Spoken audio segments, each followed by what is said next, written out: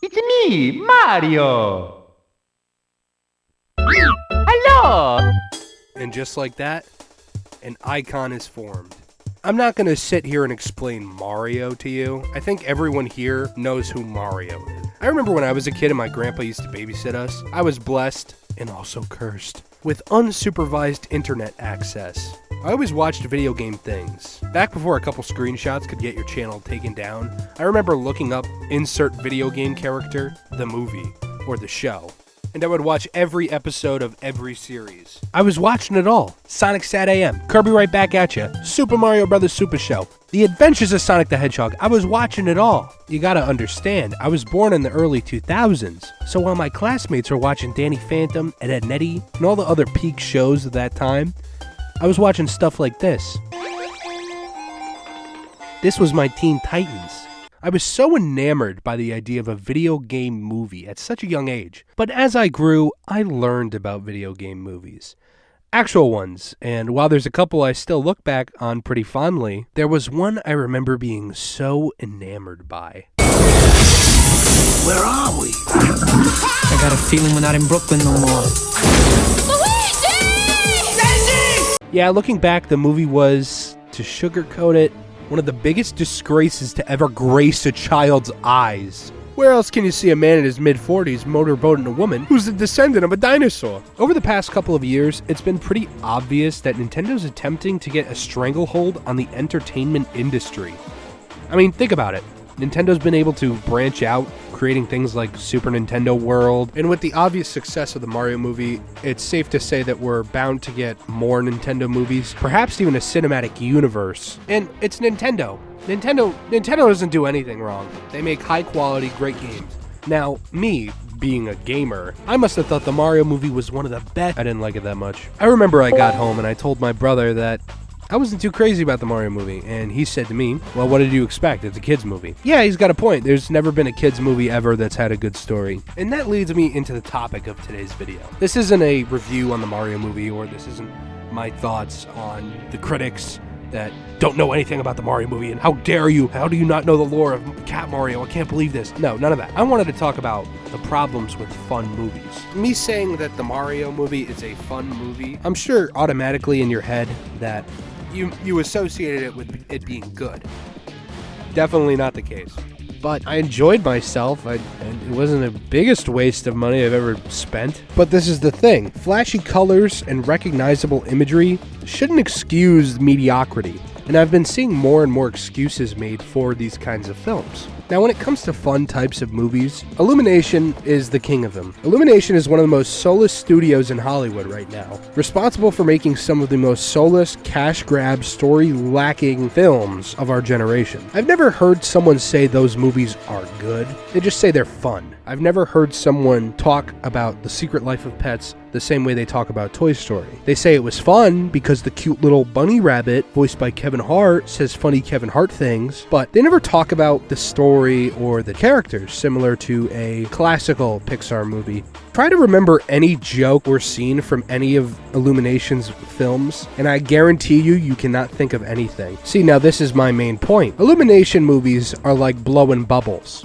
Sure, it's fun. You'll be entertained for a little while. But if I'm doing it for an hour and a half, I want a little something with it. I want to remember something. I see a lot of people like my brother who think kids' movies can't be good. They're fun. They're meant to entertain children. When I first watched the Mario movie, the credits were rolling. I look over at my friend and I just went, so what'd you think of the movie? And he goes, Evan, don't shit on it. What do you mean, don't shit? I'm just asking you what you thought of the movie.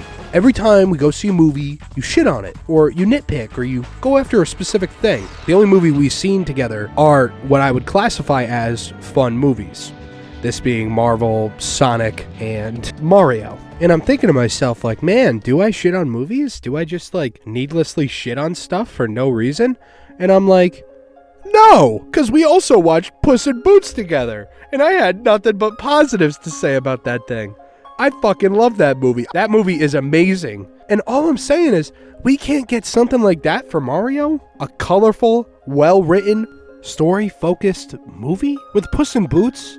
I saw that movie 5 times. I happily paid to see that movie so many different times with all my different friend groups because that movie is great, and I want to show more people how great that movie is. But the second time I went to go see the Mario movie, I was so fucking bored. There was nothing. There's no substance. I don't remember a single thing from the Mario movie except the bitches song that Bowser sings and maybe the ending, not to spoil anything. Now, Nintendo, on the other hand, is a company with much more leeway. You know, they make quality stuff. Unlike Illumination, they make quality stuff. Breath of the Wild, Tears of the Kingdom, Super Mario Odyssey, Kirby and the Forgotten Land, that's just off the top of my head. They have a catalog of timeless, classic, and iconic games. But they are a company. They are money-focused in the long run. To an upsetting degree, might I add. Nintendo doesn't really care about their fans, and they try to artificially jack up the prices of classic console games. They ignore fans' wants and needs if it causes them more work, such as Smash Bros. Melee, or more recently, how they took down a YouTuber's content for simply playing modded versions of games. Not selling the mods or anything like that, mind you, just playing with mods. But you know, companies like Nintendo, they get a lot more leeway from fans. They do something bad, and they just don't point it out, and people forget about it immediately because, look, Tears of the Kingdom, look how cool that looked. Wow, new Mario DLC. Don't you like Mario Golf? Now, I've seen a lot of people on Twitter saying, clearly, you've never played a Mario game, because they're excusing the lack of a story and the flawed characters as it being similar to the Mario games.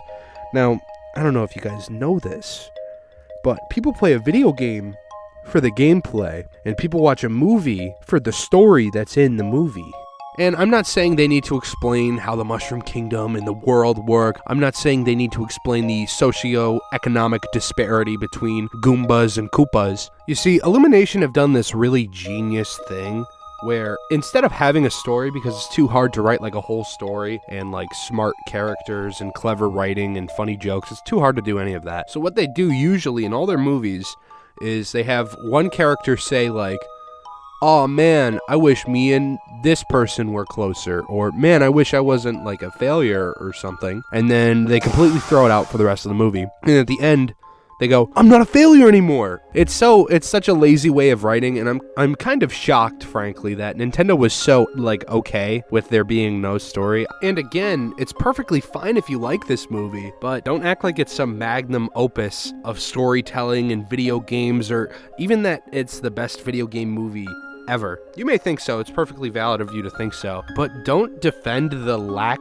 of certain aspects as, oh, it's just like a fun movie, or, oh, it's just a movie about like a video game character. Because I've had people use that as an argument against it having a story, and that just doesn't spell good for anything in the future. This movie has been extremely successful. I've seen a lot of movies that don't really try. They do the Illumination, explain one thing about a character, never bring it up, and move on. Look at Sonic movie, Tails. Tails didn't have an arc at all. They just brought up one issue he had and then completely forgot about him the rest of the movie. There needs to be some sort of difference between fun movies and good ones. Scorsese said it best, these movies keep you entertained for a while, but they're amusement park rides at the end of the day. Specifically Disney rides. Forgettable and filled with a lot of iconic imagery. This movie succeeding could be either a good or a bad thing. On one hand, I want to see more. The Nintendo fan in me wants a Metroid movie, a Zelda show, a Kirby movie with King Dedede played by Keith David, and a Luigi's Mansion movie directed by the guy who made Terrifier. But on the other hand, this movie outsold Frozen 2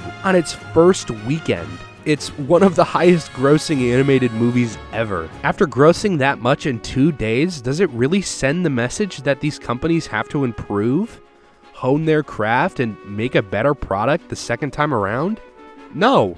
And honestly, I'm glad that the criticism has been so divisive, because I can see both sides' points of view. The audience member in me was ecstatic when the DK rap played, went crazy when I heard the Super Mario Bros. Show theme, but the critic in me said there was nothing. There's no substance. There's references and story beats. There's no story. But the critic in me wanted more than references. The references are fine, and the performances, for the most part, are fun, but people still require more from these big companies. And you should too.